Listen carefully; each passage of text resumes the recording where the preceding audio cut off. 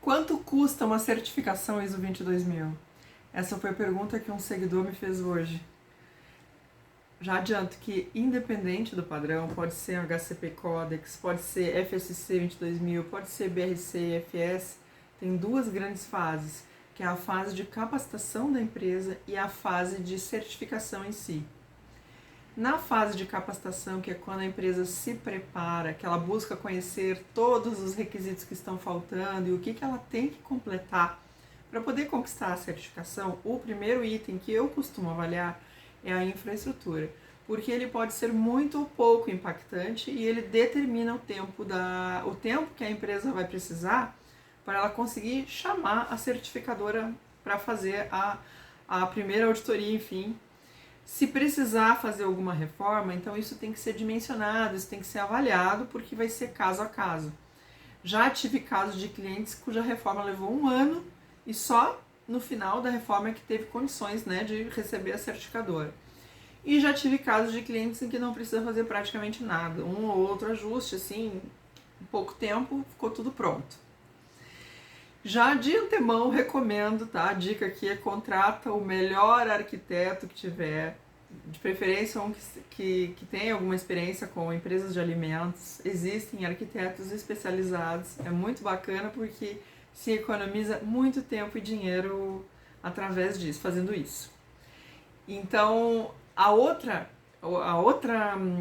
outro grande requisito que eu costumo avaliar, então, são os serviços que a empresa vai precisar ter, que às vezes ela não tem, porque às vezes ela quer economizar de um jeito ou de outro, ou às vezes não tem alguém exigindo, enfim, são diversos serviços. Então, um serviço que é muito comum as empresas terem é o controle de pragas, porque ele é muito crítico. Então, geralmente as empresas já têm, mas existe uma lista de vários outros que pode ser que ela não tenha ou não tenha o suficiente. Vou dar um exemplo. Ensaios de potabilidade de água. Então isso também vai mudar se a empresa compra água 100% da companhia estadual ou se ela adquire a sua água através de um poço artesiano, por exemplo.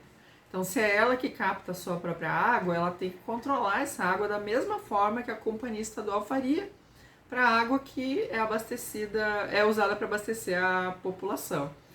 Então, são custos que são inerentes das opções que se tem de operação.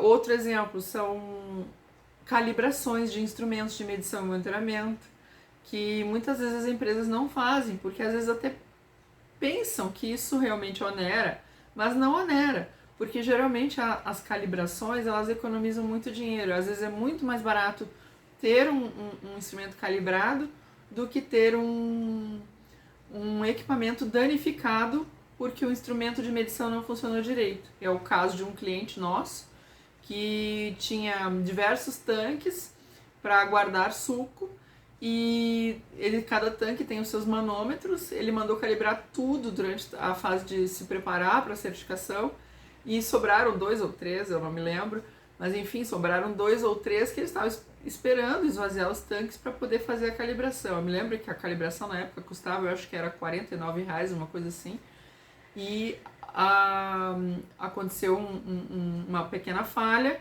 e houve pressão negativa e o tanque se deformou todo como se fosse um saco plástico amassado, um tanque de inox todo deformado. E eu me lembro que o conserto custou na época mais de R$10.000, né? Então, em valores assim matemáticos, né, o que seria 50 perto de 10 mil. Então, vale muito a pena fazer as calibrações. Então, isso tem que ser muito melhor avaliado. Outra questão, se tem uma planta baixa, uma planta hidráulica, né, já aproveita o arquiteto, já vai fazendo isso, porque essas plantas, elas ajudam muito quem está planejando um sistema de gestão a atender diversos outros assuntos, como a contaminação cruzada, a fazer os zoneamentos das áreas conforme os perigos, a estabelecer onde vai ter barreira sanitária e onde não, entre outros fatores. Então, muitas vezes as empresas não têm, ou não guardam, ou se perdeu. Então, isso é um documento que precisa manter atualizado e às vezes não tem. E vários outros serviços que eu posso citar, que eu poderia falar aqui muito para vocês. Outro item, em se tratando de qualificação, é da própria equipe, o quanto as pessoas são capacitadas ou não. a capacitação das pessoas impacta o tempo da certificação, porque ela acaba demandando mais do consultor ou menos do consultor. Se as pessoas são super capacitadas, vai muito rápido. Agora, se as pessoas têm um nível muito básico, aí fica mais difícil. Então, demora um pouco mais. Não quer dizer que a empresa não consiga, de modo nenhum. Mas daqui a pouco ela vai ter que investir mais tempo em treinamento interno para compensar essa deficiência de base que às vezes acompanha uma camada da nossa população, infelizmente. O Brasil tem índices muito baixos de desempenho de educação baixa. Todos os relatórios mostram isso para nós todo o tempo.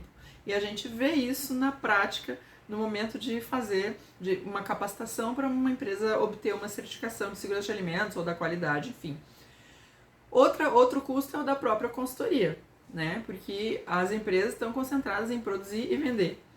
Então, esse trabalho de engenharia da qualidade, engenharia de sistema de gestão é um trabalho especializado. Não é um trabalho de copiar e colar documentos, não é, longe disso, isso é um serviço de engenharia e também tem o seu custo, mas eu garanto para vocês que de todos, sabe, é uma coisa que é uma parcela assim ínfima do que uma certificação pode trazer de benefício em termos de abertura de mercado para aquelas empresas que vão tirar o proveito dessa certificação. E quanto aos custos da certificação em si, depois que a empresa está pronta, ou assim, faltando um pouquinho, faltando 3, 2, 1 mês para certificar, ela já pode buscar orçamentos com as certificadoras. E quanto a isso eu não posso falar porque o melhor é que você solicite um orçamento. Mas eu posso falar para vocês 3 fatores que impactam a certificação, que é primeiro, é a quantidade de famílias de produtos que se tem e que vai gerar então uma quantidade de planos a PPCC. Então, conforme a quantidade de planos aumenta, né, as auditorias são dimensionadas em horas, que corresponde a homem-dia. Um homem-dia, né, um auditor trabalhando por dia são 8 horas.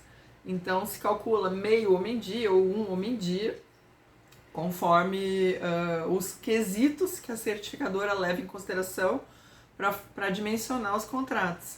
Né? Um deles é a quantidade de planos da PPCC, que é resultado direto da quantidade de famílias de produtos que estão no escopo do sistema de gestão.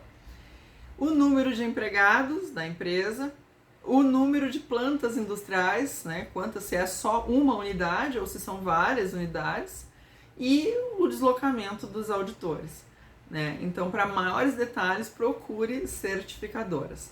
E deixa aqui o teu like, tá? Deixa aqui que esse é o estímulo para que eu continue fazendo esses vídeos e fique sabendo se vocês gostaram, se vocês curtem o meu conteúdo. Tá certo? Até o próximo vídeo.